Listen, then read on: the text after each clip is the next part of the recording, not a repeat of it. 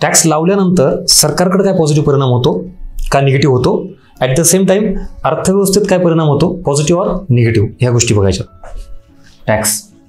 आता पहिला पॉईंट, मी जर टॅक्स रेट वाढवला तर सरकारचं महसूल वाढेल का कमी होईल? नक्की, ऑब्व्हियसली वाढणारच ना. म्हणून हे बरोबर आहे, सरकारचं महसूल इथं काय होईल, रेव्हेन्यू, ह्याच्यात पण वाढ होईल. दुसरा पॉईंट, टॅक्सचा रेट जर मी कमी केला तर सरकारचा महसूल कमी होईल. म्हणजे मी अगोदर 5 रुपये टॅक्स लावत होतो तर 100रातले 5 रुपये मला यायचे 100 रुपयावर, आणि आता जर मी 2 रुपये लावले तर काय येईल, 2 रुपये येईल. म्हणजे कमी किंवा जास्त हे इथं होईल.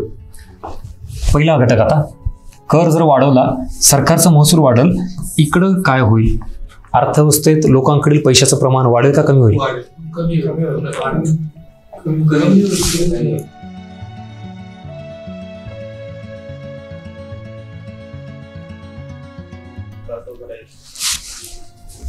टॅक्स काय केलाय, सरकारने वाढवलाय, मग सरकारचं रेव्हेन्यू काय होईल, वाढेल.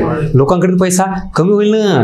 उदाहरण घ्या, मला 10,000 रुपये पगार होता, सरकार अगोदर 1,000 रुपये टॅक्स घ्यायचं, 10,000रातले 1,000 भरल्यानंतर माझ्याकडे किती उरले, 9,000 उरले. पण आता मी काय म्हणतो, सरकारने टॅक्स वाढवलाय, म्हणजे सरकार म्हणतो आता मला 3,000 रुपये टॅक्स भर.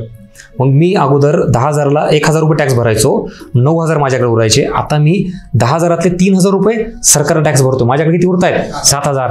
म्हणजेच व्यक्तीकडील पैशाचं प्रमाण कमी झालं ना. मिळालं का उत्तर? मग याचाच मी असं म्हणू शकतो का, लोकांची, व्यक्तींची क्रय शक्ती, खरेदी शक्ती कमी, बरोबर ना. बरं, याच्यामुळेच बचतीवर काय परिणाम होईल का, बचत कमी होईल, भांडवल निर्मिती कमी, गुंतवणूक, औद्योगिकरण, रोजगार निर्मिती, उत्पादन क्षमता. म्हणजे अर्थव्यवस्थेमध्ये मी असं म्हणू शकतो का की ही येईल म्हणून? क्लिअर? या इकडं. तुम्हाला सर आता वाढल्यावर तर भयानक परिणाम दिसला.